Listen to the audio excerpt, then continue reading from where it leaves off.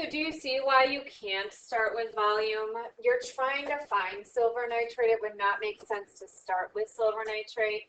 So this is a really good example of, this is not baby chem, honor chem stoichiometry. You need to get out of like just always following a pattern. Your best bet is just to understand how to convert stuff. You can almost do anything if you can convert. So get into the flow of grams to moles. Moles always means mole ratio, and then we can go from there. We've been doing solutions, so it's always molarity after that. Okay, I want to talk to you about your lab really fast. If you okay, well first I should tell you how I scored it. So to make the points work out for grading, to play the game of grading, each learning objective said on a lab is worth 5 points, okay? So you had one learning objective, can you take data? Second learning objective is can you convert to moles? Third is empirical formula, and the fourth is your analysis. Just to make the points work out to be fair for the quarter, it's 5 points each, and that's true for all the labs. So it like all the labs all quarter adds up to like all tests. Otherwise, it's really not good. So if you did not get the score that you liked on it, you are welcome to try again. Just fix it and then put it in those silver trays over there. I will regrade it usually on Fridays and update your grade. My advice to you is not to wait till the last minute to do it, because what if you still do it wrong? Then you won't have time to fix it a third time. If your analysis is the issue, you need to do it in Schoology on that Google Doc. It'll look weird to you, but it looks normal to me. I know it's like you are editing or something, it says something to you, but when I look at it, it just turns it red, like what you added, and it's super nice for me to grade. So when you do it on Schoology as well, it still needs to go back in there so I know to grade it. The Schoology does not send me a notification. Okay? We have a lab tomorrow, so make sure you watch that video. It's not a complicated procedure. It's just, it involves a Buckner funnel and vacuum filtration, which I know you've never done before. So you're going to want to watch that video, get ready for the lab. We are back-to-back in labs as fast as Drew can clean that up. We are going to do our titration lab, which is, I'm going to show you how to titrate the lab. Drew James and Really? He is in charge of all of that, and it's a lot of work, as you can see. Wait, didn't you give us the lab notes on For this lab, yes. It was earlier this week. But it was in the notes. Yeah. So we should still watch the video though? I did not tell you how to do a gravimetric analysis. You have to watch the video. We only have one more day of learning. Today is our last day of learning for chapter 4. And so that means next week we'll have a quiz on the whole unit. Don't forget to take out your ionic quiz. Our lab is actually going to take 2 days, so Friday you'll wrap up the lab and take your 4th day. That's all we're doing today. Okay. All right, can you get out your notes, please? What? The lab that we're doing tomorrow? Yes, it's going to be Thursday and like a half Friday. You have to like final math everything, which I'll tell you, there's only 6 scales, and each group is mathing 3 things 3 times. It's like a lot of like different scale. So sometimes it gets backed up. Well, good thing we all have that. No, you guys have the best chance of making it happen.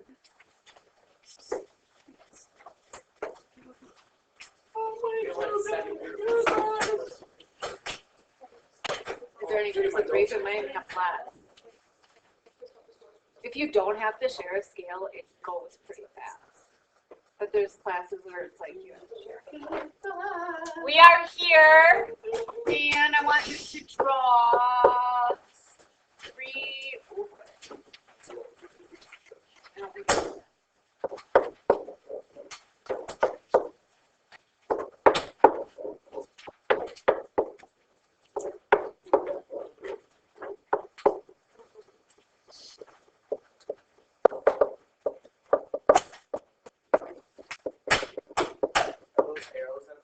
here, this burette thing. Where titrations, where are titrations? It's a very loud.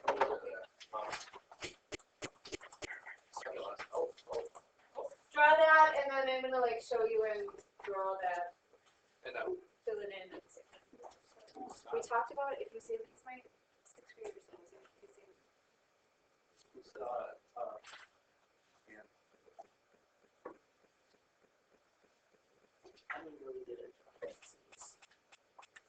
me too clearly.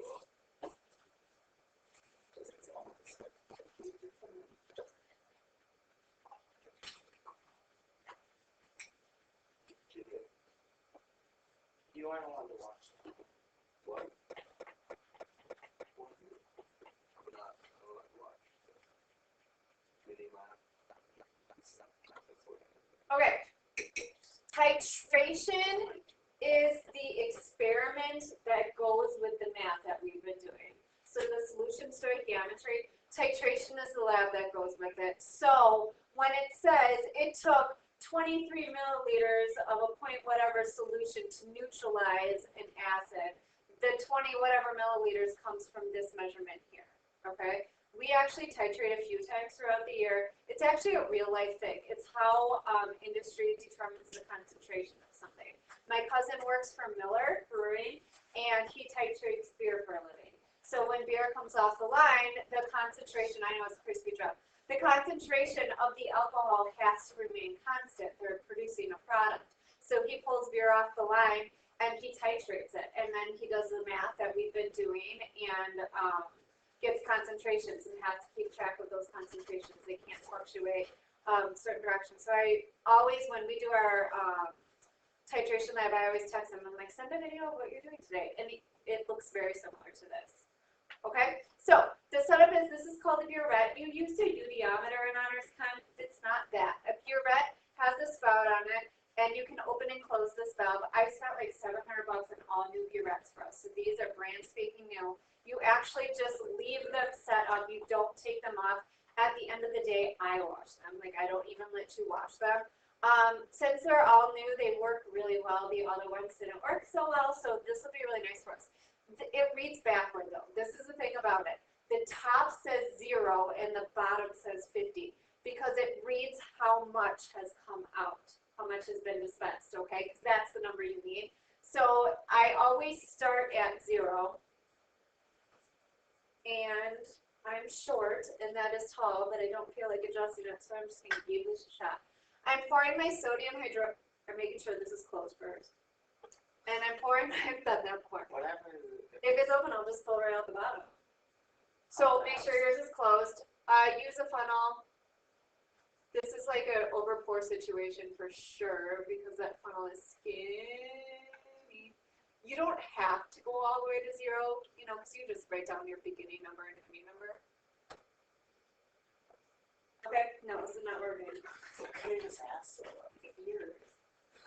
Okay, we use an Erlenmeyer flask. In the Erlenmeyer flask, I put hydrochloric acid, so we're just doing an acid-based titration. Strong acid, strong base for making salt water. It gets constantly spun, so we'll put it on the spinner the whole time. Okay, let's draw a couple things, and then we'll talk about it. Right now, in my flask, I have hydrochloric acid. Hydrochloric acid is a strong acid, so that means that it's not really hydrochloric acid. It's H ions and Cl ions, okay? In the burette, I have sodium hydroxide. It's a strong base, so it's not really sodium hydroxide. It's sodium ions and hydroxide ions. What I'm going to do is I'm going to drip this into here, okay? So we know that's going to make salt water, NaCl and H2O. But what's going to happen is this hydroxide is going to find a hydrogen and make a water. We call them water babies. The next strip, a gazillion hydroxides are going to jump in and find a gazillion hydrogens and make more water babies. And these sodiums are just going to hang out because they're aqueous. The chlorines are just going to hang out in there. And this process is going to keep going until I run out of hydrogens. Then a hydroxide is going to jump in and there aren't going to be any hydrogens to make a water baby with. We are going to use an indicator called phenol phthalate. It turns pink as a base. A base means that there are hydroxides. Oops.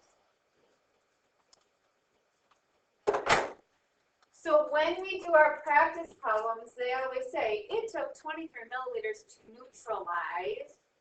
What I need to do is I need to stop this when it's perfectly neutral, because I need this number for perfectly neutral. I'm going to add my phenolphthalein. It's just like 1 or 2 drops. You don't have to do much of it. And right now this is colorless because right now I don't have any hydroxides in there. All I have is H's and Cl's. Okay? Totally. And I measured perfectly too. Okay, ready? Say that, I'm recording. So as I'm adding these hydroxides, they're jumping in here, finding a hydrogen, making a water baby. Making water babies, making water babies, making water babies, making water babies. Lots of hydrogens. They're easily making water babies. This is not turning pink because every hydroxide that gets in here is immediately turned into water. As we keep going, though, it's going to get harder and harder to find a hydrogen. They're just running out. And as we keep going, you'll see smidgens of pink. You can see it now. You see smidgens of pink because when this hydroxide jumps in here, they're like, hey, is there any hydrogens here? Can you see? Okay. You can't. Oh, that helps. Did it actually? What? There's no pink right now. I'm not doing anything right now. The pink disappears because all it takes is a little mixing to find a partner. You see the pink. Making water babies, making water babies, making water babies. I see the pink. It's getting a little bit harder to find a hydrogen, so it's staying pink. Did you see it? Yeah. But it disappears as soon as it finds a hydrogen. It just takes a little Will bit. it go all the way pink, the solution? Your goal is to stop it the very first second it turns pink because you need that number. You need perfectly neutral. I don't want extra hydroxide. Oh. As it gets harder and harder for it to turn back colorless, you want to slow down. Oh, because it's going to go quick. All it takes is one extra drop of this and the whole thing will be pink. Because a drop is like a gazillion. Oh!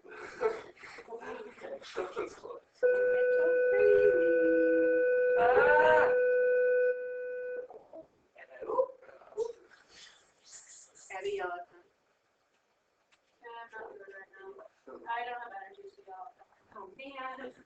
Okay, so another thing you can do is set this to like a drip, because then you can kind of control it better. See how it's pink where it's hydro. Oh, whoa! Yes! No. Okay, that means one more drop. That needs a couple more shots. No, a couple's too many. Oh, that was too many. Way too many. That was way too many. That was a bad titration. Yes! I'm so happy. Okay. So, in the end, we had our water babies at pink. I put in like 17 too many hydroxide drops, so there's a ton of those, which is why it's pink. We also still have our sodium ions, we have our chloride ions. There are no hydrogens, they are long gone. If there were any, they would have made water, okay? This is pink. The data we need is we need this number. So it took 23.5 milliliters to neutralize 25 milliliters of hydrochloric acid. We do our flow and then we can calculate the concentration of this. We started. Not quite. She So started at if I was like doing it for real, I'd write down my initial, write down my final. Okay. And that's actually not that bad. That's pretty light. you put more pink in it. Sure.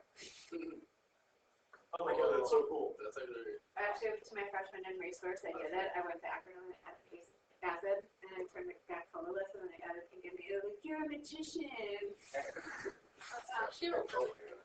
It is. It's a nice color. Okay. It's the color of my hair. I have to teach you 2 words. I should get my hair. 2 vocab words, endpoint and equivalence point. That's like. Oh, it's like.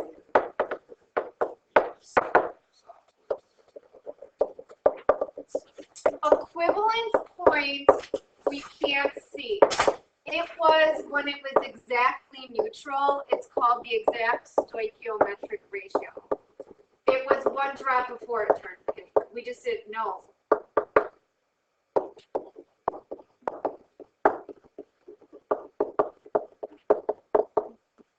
perfectly neutral. All it was just pure salt water, right? All water babies plus those ions. Okay? It's colorless, so we don't know it exists. The only way we knew where it was is by going one drop too many. That's called the endpoint. That's when the indicator changes color.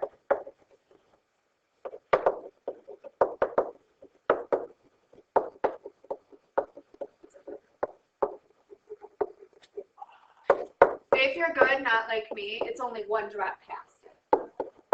I did like 7. You might. You'll get to have 3 trials on it next week. That means 1, 2, 3. Well, I'm sorry. You pull it up. What is that? It's a parentheses and what's after that? 1 drop passing. One drop. Okay. Yes. What's the difference between that? Huh?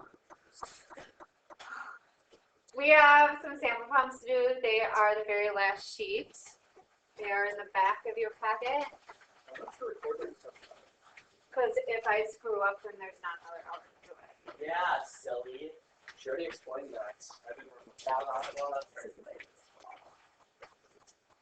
I actually don't have this page for some reason, so I'm just going to use a blank page. What number is it? The very last, we're on the last page. 23 or 22?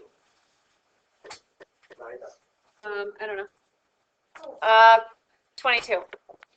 This is gross and this is real. One commercial method used to peel potatoes, so if you eat those processed mashed potatoes, I really powder, is they soak the potatoes in sodium hydroxide and then they just spray them off and the peel has dissolved, reacted. Okay, gross. The sodium hydroxide concentration is normally between 3 and 6, so this is like a real life thing. They have to test to make sure it stays within that range. So they analyzed it, and they said it took 45.7 milliliters, so in the burette, 45.7 milliliters, and it was a 0.5 molar solution to neutralize 20 milliliters of the sodium hydroxide, and they're trying to find what the concentration was. It's supposed to be between 3 and 6. Okay? So this was sodium hydroxide plus sulfuric acid, H2SO4, which is a strong acid. It's one of the 7 strong ones. Sodium hydroxide is a strong base. So we make water and sodium sulfate plus 1 minus 2 to balance. This is what we're trying to find. We had 20 milliliters of it. It took, so in the burette, it read 45.7, and it was 0.5. Okay? For this case, we can start with our volume. So let's just do our flow, 45.7 milliliters over 1 times the line, milliliters on top, means milliliters on bottom. There are 1,000 milliliters in a liter. Liters on top means liters on bottom. This is where we can turn our capital M into moles per liter. 0.5 moles for every 1 liter. Once we're at moles, then we do our mole ratio. We always do our unknown over our known. Our unknown is sodium hydroxide. Our known is sulfuric acid. We are not going to grams. It does not ask us for grams, so we're going to stop there and then plug it into our molarity equation. Okay? Push your buttons, push your buttons. Stop doing something.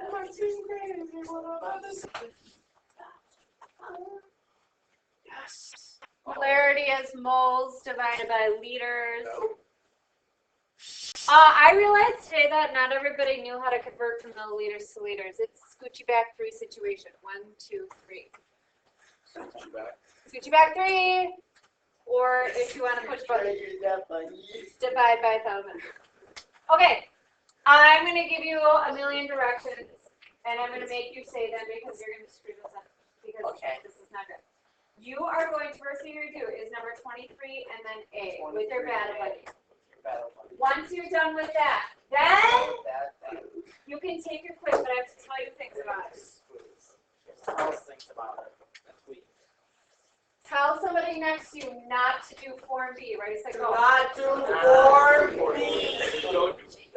Okay, so usually for quizzes we don't have Form Bs, but net ionic is like a complete non-negotiable. You have to be proficient at it. You cannot survive if you can't. So if you like aren't satisfied, / if you're lower than an 80%, you have to take Form B. But if you're above an 80, like I don't care if you do or not, you're gonna do just the front side.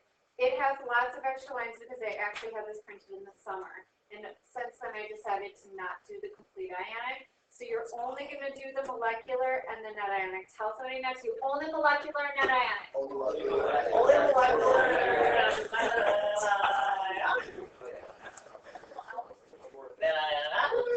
Okay, and then one more piece of directions for you. The lab tomorrow, you need to start by massing 3 different filter papers. And if you have time after your quiz, I would get a head start on it, just because it's kind of a lot. You have to do 3 trials. And so I would go back there, if you have time, grab 3 filter papers, number them first, and write your name on it, because graphite will weigh something, and then mass them, and then just set them aside. So you're already like set to go tomorrow, and you don't have to stop what you're doing to do this. Okay? Yeah. Cool. Is that what the partner? Yeah, this is what your part. All that's with part. Finish it. Okay, do your sample problems first.